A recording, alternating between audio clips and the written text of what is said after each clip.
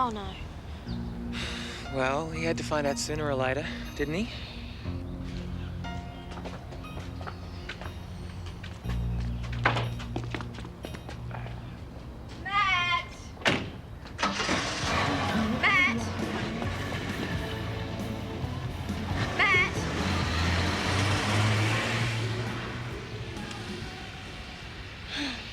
Looks like they're having quite a few hassles over there. Caroline, Jim knows. It's time you were completely honest with him. This doesn't look like the right time.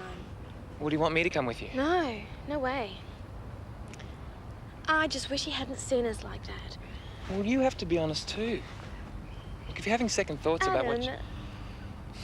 Look, you just haven't been yourself lately, have you? I mean, what happened to that super dynamic businesswoman, huh? Don't worry, I know what I want. Wish I could see you later, but I promised to do a job for Paul. No, I'm working anyway. You're driving Paul to pick up Mr. Atkinson? Uh-huh. Great, that's the job I'm doing. Perfect. I'll pick you up early. Okay. Suppose I'd better get this over and done with. You sure you don't want me to... I'm quite sure. Bye. Bye.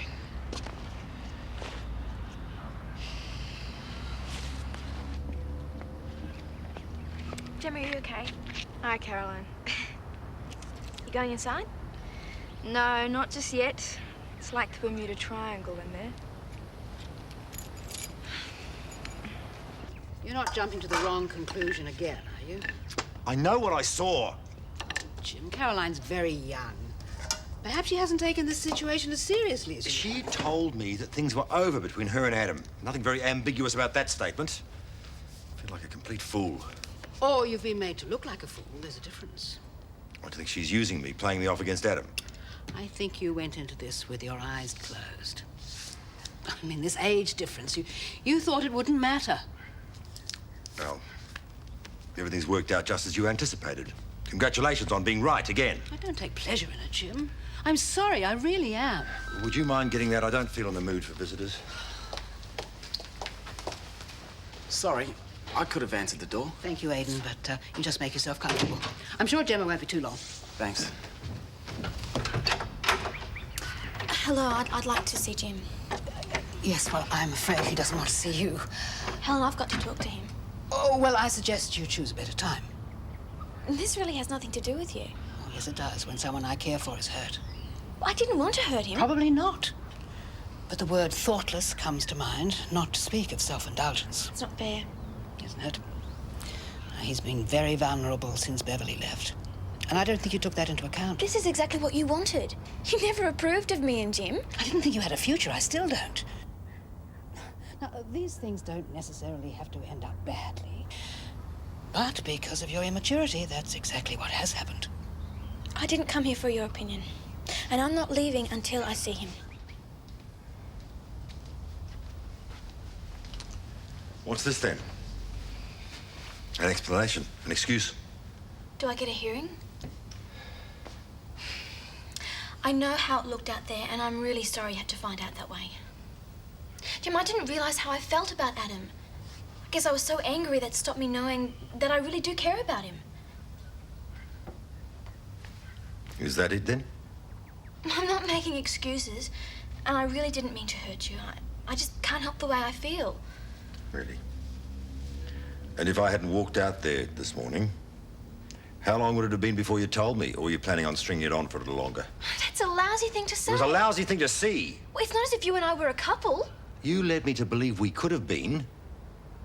You're just feeling guilty because you hurt me. Well, now you know how I felt when you went back to Beverly. Beverly was pregnant. I had an obligation. Things are obviously not going to happen between us, Jim, but I never wanted to lose a friend. I think you better leave.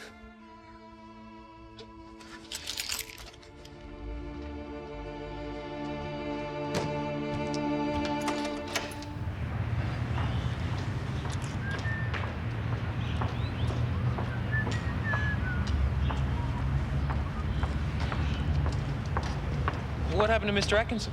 He's still in a meeting. I'd wait for him in the lobby, but it's just packed in there. I can't handle it today. You okay? I suppose.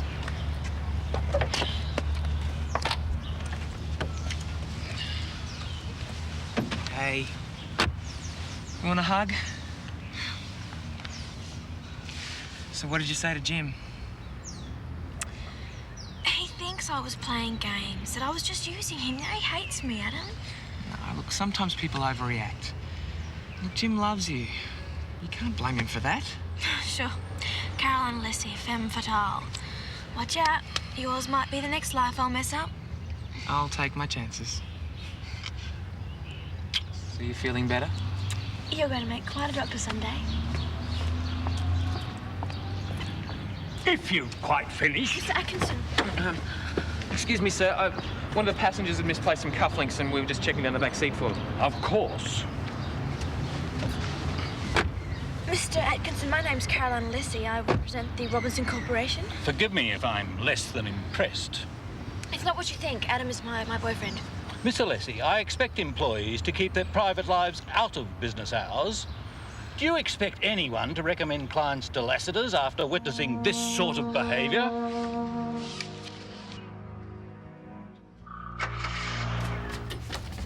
Hi. Hi. How did it go? From bad to worse. Frost on the prawn cocktail, followed by a regular visit to the chocolate mousse.